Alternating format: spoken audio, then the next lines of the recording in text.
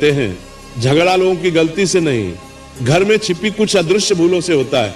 आज मैं आपको वही रहस्य बताने जा रहा हूं जिसे जानने के बाद या तो आपका घर सुधर जाएगा या फिर आप हमेशा के लिए कारण समझ जाएंगे।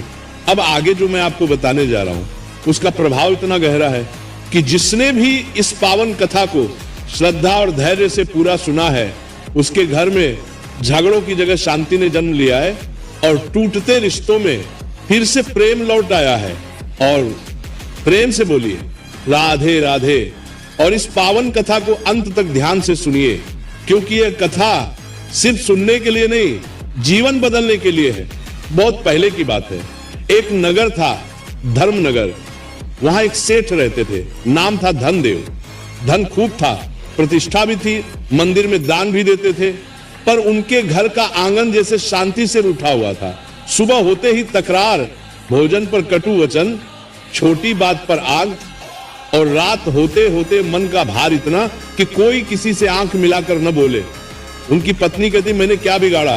बड़ा बेटा कहता पिताजी किसी की नहीं सुनते।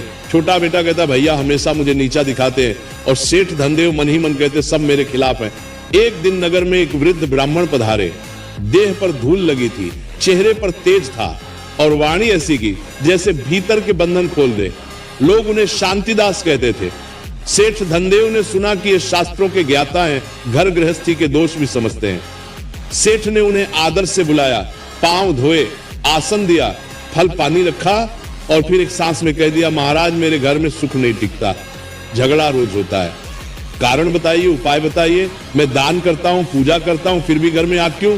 शांतिदास ने सेठ को देखा और बोले सेठ जी शास्त्रों में एक बात आती है, जहां वाणी तप्त हो जाए वहां अग्नि पहले जीभ पर लगती है फिर घर पर झगड़े का कारण केवल वाणी नहीं। बताइए क्या आपके घर में सब मिलकर भोजन करते हैं?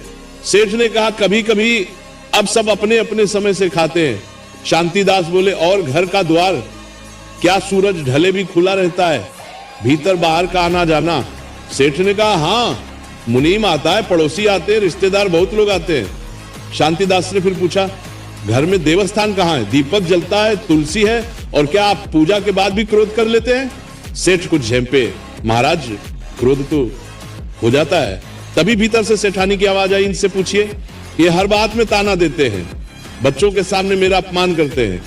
बड़े बेटे ने कहा और माँ भी कम नहीं, हर समय तुलना करती है। छोटा बेटा बोला मेरी बात कोई सुनता ही नहीं। शांतिदास मुस्कुराए नहीं, गंभीर हो गए, बोले देखा झगड़ा किसने शुरू किया? ये कोई नहीं कह रहा, सब कह रहे हैं मेरे साथ हुआ। शास्त्र कहते हैं अहंकार सबसे पहले न्याय मांगता है, कर्तव्य नहीं। फिर शांतिदास ने एक छोटा सा तांबे का कटोरा निकाला, उसमें थोड़ा जल लिया और बोले सेठ जी ये जल देखिए, अभी ये शांत है, अब मैं इसमें एक छोटा सा कंकड़ डालता हूं। उन्होंने कंकड़ डाला, जल में तरंगे उठी। बोले तरंगे किसकी हैं, कंकड़ की या जल की? कंकड़ तो बाहर से आया पर उथल पुथल जल में हुई। वैसे ही बाहर की बात छोटी सी होती है पर उबाल हमारे भीतर जमा होता है। सेठ ने कहा तो भीतर क्या जमा है महाराज? शांतिदास बोले तीन दोष जिन्हें शास्त्र गृह कलह के मूल कहते हैं। पहला कटुवाणी और अपमान, दूसरा असमान मान सम्मान, यानी किसी को ऊंचा और किसी को नीचा समझना। तीसरा गृह में नकारात्मक संस्कारों का संचय, जैसे अशुद्धता, अस्त व्यस्तता और घर में हर समय शिकायत का माहौल। सेठ ने कहा पर मैं तो धार्मिक हूं। शांतिदास ने तुरंत कहा धार्मिक होना और धर्म में स्थिर होना अलग बात है। शास्त्र में गृहस्थ के लिए धर्म का पहला नियम है घर को आश्रय बनाओ, रणभूमि नहीं। जहां स्त्री भय में हो, बच्चे तिरस्कार में हो और पति क्रोध में, वह घर नहीं, तपोवन भी नहीं, वह तो संघर्ष का मैदान बन जाता है। सेठ धनदेव कुछ देर चुप रहे, फिर बोले महाराज उपाय बताइए, मैं क्या करूं? शांतिदास बोले उपाय बाद में, पहले परीक्षा, आज रात में आपके घर ठहरूंगा, मैं देखना चाहता हूं झगड़ा किस मोड़ पर जन्म लेता है। सेठ ने सोचा आज तो घर संभाल लेंगे, सबको पहले ही समझा दिया, कोई ऊंची आवाज नहीं करेगा। महाराज ठहरे हैं, रात हुई, घर ने समझाता नहीं हमले। शांतिदास बोले देखा मैं भोजन बनाऊं, पर जैसे ही परोसने की बात आई, बड़ा बेटा बोला मेरे हिस्से में हमेशा कम क्यों? छोटा तो बस खेलता रहता है। छोटा बोला मैं खेलता हूं तो क्या आपकी तरह हर समय आदेश तो नहीं देता? माँ ने कहा बड़ा बेटा ही घर संभालता है, छोटा तिल मिला गया। सेठ ने बिना सोचे थप्पड़ की धमकी दे दी, चुप, और बस वहीं से आग भड़क गई। शब्द बढ़े, ताने बढ़े, बीती बातें निकल आईं और कुछ ही पल में वही रोज का दृश्य। शांतिदास शांत बैठे रहे।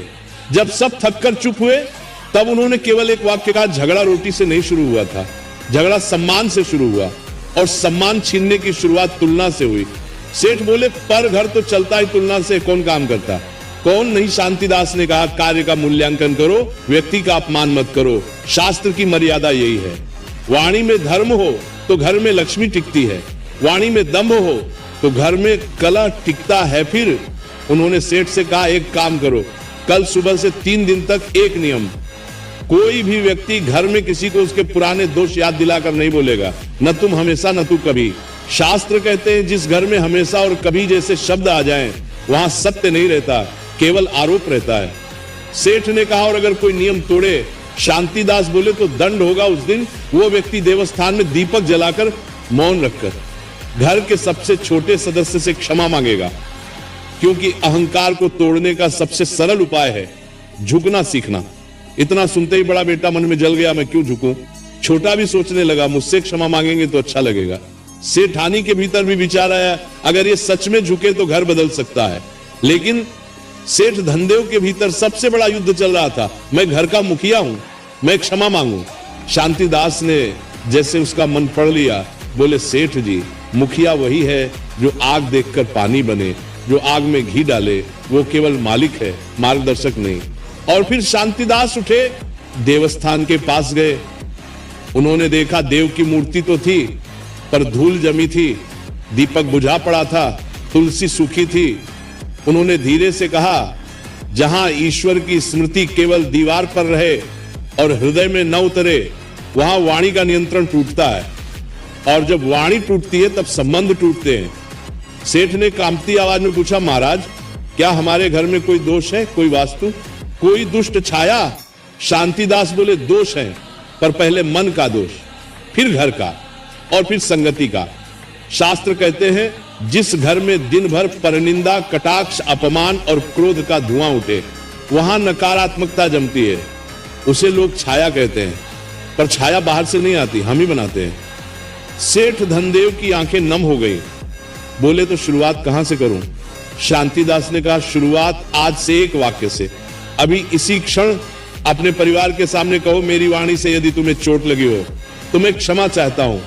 यह वाक्य आपके घर के लिए पहला दीपक होगा। कमरे में सन्नाटा छा गया। बड़ा बेटा और छोटा बेटा भी स्तब्ध। सेठानी की आंखें भर आईं। सेठ धनदेव के होंठ कांपे, पर अहंकार बीच में दीवार बनकर खड़ा था। बाहर से लगता था यह बस एक वाक्य है, पर भीतर से यह पूरा जीवन बदलने का द्वार था। सेठ ने गहरी सांस ली, और जैसे ही वो बोलने ही वाले थे, उसी समय बाहर आंगन में किसी ने जोर से द्वार खटखटाया। सेठ चौंक गए। इतने रात में कौन? शांतिदास ने धीमे स्वर में कहा, सेठ जी, यही तो परीक्षा है। जब घर में शांति का दीप जलने लगे, तब पुराना कलह भी आखिरी बार जोर से दरवाजा खटखटाता है। धनदेव के हाथ अपने आप उठे, जैसे क्रोध का दरवाजा खोल देंगे, पर शांतिदास ने बस आंखों से संकेत किया धीरे। सेठ ने कुंडी खोली। बाहर उनका मुनीम खड़ा था, घबराया हुआ, सांस फूलती हुई। बोला, सेठ जी, माफ कीजिए, रात में आना पड़ा। गोदाम के पास 2 आदमी संदूक उठाकर भाग रहे थे। चौकीदार ने शोर मचाया तो वे अंधेरे में निकल गए। नुकसान तो बड़ा नहीं हुआ, पर मैं डर गया था। सेठ का चेहरा तमतमा उठा। उनकी जीभ पर वही पुरानी आग चढ़ाई। तू किस काम का है? चौकीदार किस लिए रखा है? बड़ा बेटा भी पीछे से बोल पड़ा, मैंने पहले ही कहा था ये लोग ढीले। छोटा बेटा हंस पड़ा। आप देखो, फिर शुरू हो गया। सेठानी ने ताना मारा, घर में शांति की बात कर रहे थे, और बाहर की खबर आते ही असली रूप निकल आया। बस एक छोटी सी घटना ने फिर वही कला उठा दिया। पर इस बार शांतिदास बीच में खड़े हो गए। उन्होंने बहुत ऊंचा नहीं, बहुत धीमा बोला, देखो, यही है घर के झगड़े का कारण।